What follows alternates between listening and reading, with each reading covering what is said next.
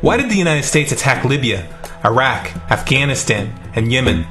Why are U.S. operatives helping to destabilize Syria? And why is the United States government so intent on taking down Iran, in spite of the fact that Iran has not attacked any country since 1798? And what's next?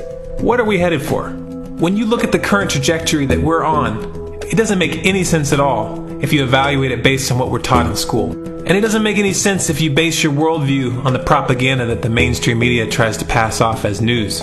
But it makes perfect sense once you know the real motives of the powers that be. In order to understand those motives, we first have to take a look at history. In 1945, the Bretton Woods Agreement established the dollar as the world reserve currency, which meant that international commodities were priced in dollars. The agreement, which gave the United States a distinct financial advantage, was made under the condition that those dollars would remain redeemable for gold at a consistent rate of $35 per ounce. The United States promised not to print very much money, but this was on the honor system, because the Federal Reserve refused to allow any audits or supervision of its printing presses. In the years leading up to 1970, expenditures in the Vietnam War made it clear to many countries that the U.S. was printing far more money than it had in gold. And in response, they began to ask for their gold back. This, of course, set off a rapid decline in the value of the dollar. The situation climaxed in 1971 when France attempted to withdraw its gold and Nixon refused. On August 15th, he made the following announcement. I have directed the Secretary of the Treasury to take the action necessary to defend the dollar against the speculators. I have directed Secretary Connally to suspend temporarily the convertibility of the dollar into gold or other reserve assets, except in amounts and conditions determined to be in the interest of monetary stability and in the best interest of the United States. This was obviously not a temporary suspension, as he claimed, but rather a permanent default. And for the rest of the world who had entrusted the United States with their gold, it was outright theft. In 1973, President Nixon asked King Faisal of Saudi Arabia to accept only U.S. dollars as payment for oil and to invest any excess profits in U.S. Treasury bonds, notes, and bills. In return, Nixon offered military protection for Saudi oil fields.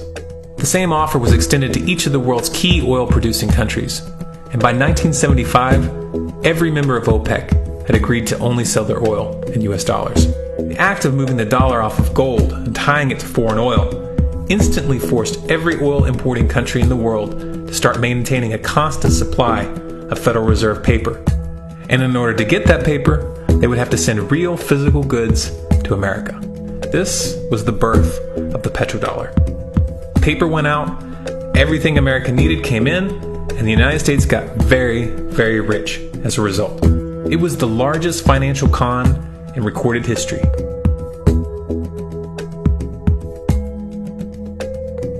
The arms race of the Cold War was a game of poker. Military expenditures were the chips, and the U.S. had an endless supply of chips. With the petrodollar under its belt, it was able to raise the stakes higher and higher, outspending every other country on the planet, until eventually U.S. military expenditures surpassed that of all other nations in the world combined. The Soviet Union never had a chance. The collapse of the communist bloc in 1991 removed the last counterbalance to American military might. The United States was now an undisputed superpower with no rival. Many hoped that this would mark the beginning of a new era of peace and stability. Unfortunately, there were those in high places who had other ideas. Within that same year, the U.S. invaded Iraq in the First Gulf War. And after crushing the Iraqi military and destroying their infrastructure, including water purification plants and hospitals, crippling sanctions were imposed which prevented that infrastructure from being rebuilt. These sanctions, which were initiated by Bush Sr. and sustained throughout the entire Clinton administration, lasted for over a decade and were estimated to have killed over 500,000 children. The Clinton administration was fully aware of these figures. We have heard that 500,000 children have died. I mean, that's more children than died in Hiroshima. And you know, is the price worth it? I think this is a very hard choice, but we think the price is worth it. Miss Albright, what exactly was it that was worth killing 500,000 kids for? In November of 2000, Iraq began selling its oil exclusively in euros. This was a direct attack on the dollar and on U.S. financial dominance, and it wasn't going to be tolerated. In response, the U.S. government, with the assistance of the mainstream media, began to build up a massive propaganda campaign claiming that Iraq had weapons of mass destruction and was planning to use them. In 2003, the U.S. invaded, and once they had control of the country, oil sales were immediately switched back to dollars. This is particularly notable due to the fact that switching back to the dollar meant a 15 to 20% loss in revenue due to the euro's higher value. It doesn't make any sense at all unless you take the petrodollar into account.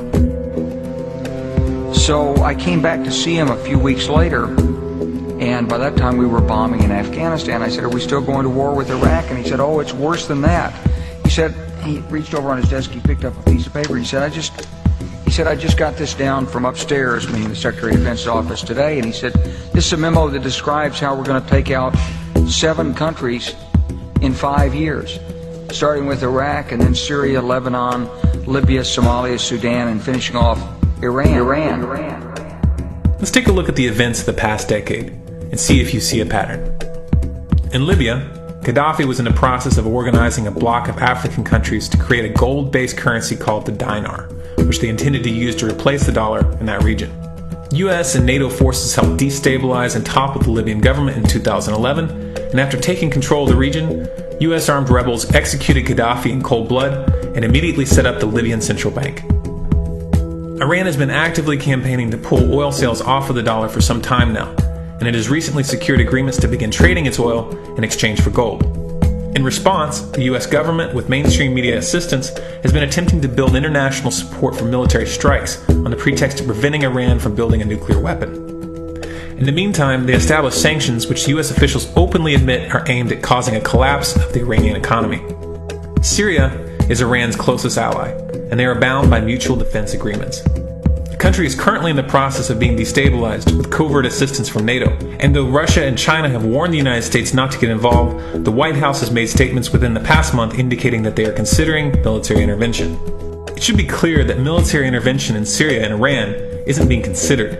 It's a foregone conclusion, just as it was in Iraq and Libya. The U.S. is actively working to create the context which gives them the diplomatic cover to do what they already have planned. The motive for these invasions and covert actions becomes clear when we look at them in their full context and connect the dots. Those who control the United States understand that even if a few countries begin to sell their oil in another currency, it will set off a chain reaction and the dollar will collapse. They understand that there is absolutely nothing else holding up the value of the dollar at this point, and so does the rest of the world. But rather than accepting the fact that the dollar is nearing the end of its lifespan, the powers that be have made a calculated gambit.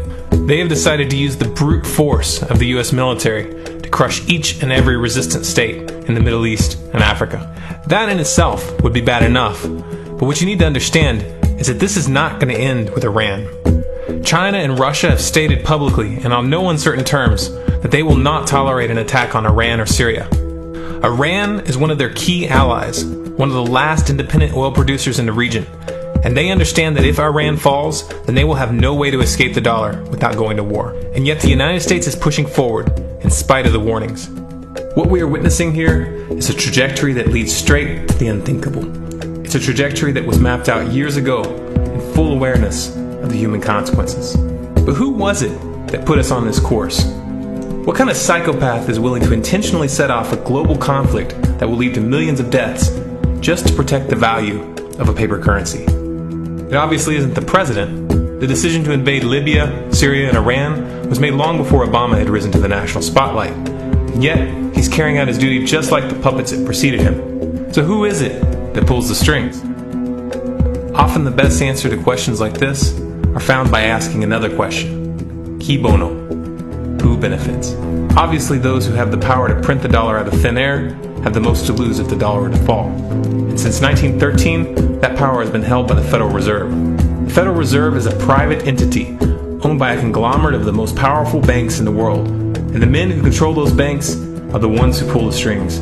To them, this is just a game. Your life and the lives of those you love are just pawns on their chessboard. And like a spoiled 4-year-old who tips the board onto the floor when they start to lose, the powers that be are willing to start World War III to keep control of the global financial system.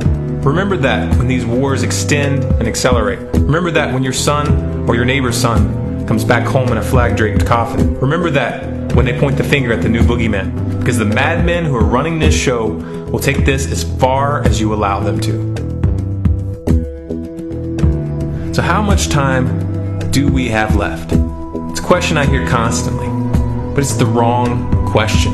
Asking how much time we have left is a passive posture. It's the attitude of a prisoner who's waiting to be taken out to a ditch and shot in the back of the head. What are our chances? Can we change course? Also the wrong question. The odds don't matter anymore. If you understand what we're facing, then you have a moral responsibility to do everything in your power to alter the course that we're on, regardless of the odds. It's only when you stop basing your involvement on the chances of success that success actually becomes possible.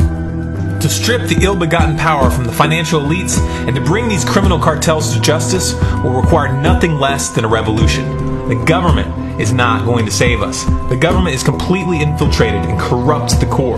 Looking to them for a solution at this point is utterly naive. There are 3 stages of revolution, and they are sequential. Stage 1 is already underway. Stage 1 is the ideological resistance. In this stage, we have to actively work to wake up as many people as possible about what is happening and the direction we're headed. All revolutions originate from a shift in the mindset of the population, and no other meaningful resistance is possible without it. Success in this stage of the game can be measured by the contagion of ideas. When an idea reaches critical mass, it begins to spread on its own and seeps into all levels of society. In order to achieve that contagion, we need more people in this fight. We need more people speaking out, making videos, writing articles, getting this information onto the national and international stage. And we especially need to reach the police and the military. Stage 2 is civil disobedience, also known as nonviolent resistance. In this stage, you put your money where your mouth is, or more accurately, you withhold your money and your obedience from the government, and you do everything in your power to bring the gears of the state to a halt. Practiced in mass, this method alone is often enough to bring a regime to its knees. However, if you fail at this stage, Stage 3 is inevitable. Stage 3 is direct physical resistance. Direct physical resistance is the last resort, and it should be avoided and delayed as long as possible. And it should only be invoked after all other options have been thoroughly exhausted. There are those who talk tough and claim that they will resist when the time comes. But what those people fail to realize is that if you are inactive during the first 2 stages and save your efforts for the last resistance, then you will fail. When the Nazis were moving door to door, dragging people out of their homes in Germany, that was the time to fight back physically. But due to the lack of ideological resistance and civil disobedience leading up to that moment, even an armed uprising would have likely failed at that point. An armed uprising can only succeed if the people have established an attitude of active resistance. And active resistance is only possible after their minds have broken free from the mainstream propaganda. If you want to fight back, it's now or never. You're not going to get another chance, and the stakes are far higher than they were in Nazi Germany.